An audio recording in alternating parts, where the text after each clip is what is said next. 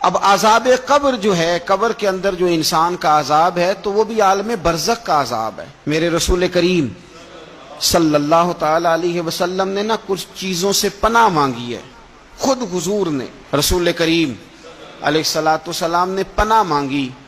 حضور فرمانے لگے اے اللہ مجھے کنجوسی سے، بخیلی سے پناہ عطا فرما، اور حضور نے باقاعدہ پناہ مانگی ہے کہ اے اللہ مجھے ارذل العمر ہونے سے پناہ میں رکھ، جب عمر اتنی زیادہ ہو جائے کہ وجود کے حصے کام کرنا چھوڑ جائیں، اس سے پناہ مانگی۔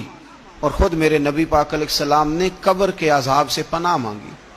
یہ تعلیم امت کے لیے کہ تم بھی پناہ مانگو عذاب قبر سے۔ قبر کا عذاب برحق ہے، قبر کے لیے تیاری کر کے رکھنا، اپنی قبر کو یاد رکھنا، مر جانے کو یاد رکھنا۔ حضرت سعد بن معاذ رضی اللہ تعالیٰ عنہ کا جب جنازہ تھا تو صحابہ کرام فرماتے ہیں حضور نے نماز جنازہ کی امامت فرمائی تو قبر کے تیار ہونے میں کچھ دیر تھی، تو رسول کریم صلی اللہ علیہ وسلم زمین پر بیٹھ گئے اور ایک لکڑی سے حضور زمین کوریدنے لگے۔ ہم محو انتظار تھے کہ اللہ کے رسول صلی اللہ علیہ وسلم سر مبارک اٹھائیں، ہمیں کو نصیحت کریں۔ فرماتے حضور نے سر اقدس اٹھایا تو حضور کی آنکھوں میں آنسو تھے، اور رو کے حضور فرمانے لگے، رو کے کہ اس قبر کے عذاب سے رب کی پناہ مانگو اور اس کے لیے تیاری کر لو، یہ بڑا سخت دن ہے۔ رو کے حضور نے فرمایا، رو کے۔ آج تو لوگ مذاق بناتے ہیں، کچھ فقیر صوفی درویش کہلانے والے بھی، وہ کہتے ہیں جو مولوی بتا رہے ہیں نا قبر میں بچھو ہوں گے، سانپ ہوں گے، یہ تو مولوی اپنی قبر بتا رہا ہے، ہمارا اس سے کیا لینا دینا ہے۔ خدا سے ڈریں۔ وہ چیزیں جو احادیث مبارکہ میں آ گئیں، جس سے نبی پاک نے ہمیں ڈرایا، ہمیں سمجھایا، آپ اس تنبیہ کو، اس نصیحت کو آپ اس رنگ میں لیں گے کہ مذاق بنایا جائے گا دین کا، بجائے اس کے کہ اس سے ڈرا جائے۔ حضرت سیدنا برا بن عازب رضی اللہ تعالیٰ عنہ ارشاد فرماتے ہیں کہ میں نے نبی پاک صلی اللہ تعالیٰ علیہ وآلہ وسلم سے خود اس بات کو سنا ہے، خود رسول کریم صلی اللہ علیہ وسلم نے فرمایا۔ حضرت زید بن ثابت رضی اللہ تعالیٰ عنہ بھی اس بات کے راوی ہیں، فرماتے ہم جا رہے تھے تو 5-6 قبریں تھیں، تو حضور نے فرمایا کن کی قبریں؟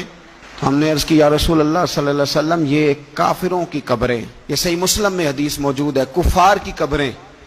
تو اللہ کے رسول صلی اللہ علیہ وسلم فرمانے لگے، ذرا حدیث کے لفظوں پہ غور کرنا، حضور فرمانے لگے اگر مجھے ڈر نہ ہوتا کہ تم اپنے مردوں کو دفن کرنا چھوڑ دو گے، اگر مجھے اس بات کا ڈر نہ ہوتا کہ تم اپنے لوگوں کو، مرنے والوں کو قبروں میں دفن کرنا چھوڑ دو گے، اگر یہ مجھے ڈر نہ ہوتا تو میں سناتا کہ قبر کے اندر کس طرح عذاب ہوتا ہے۔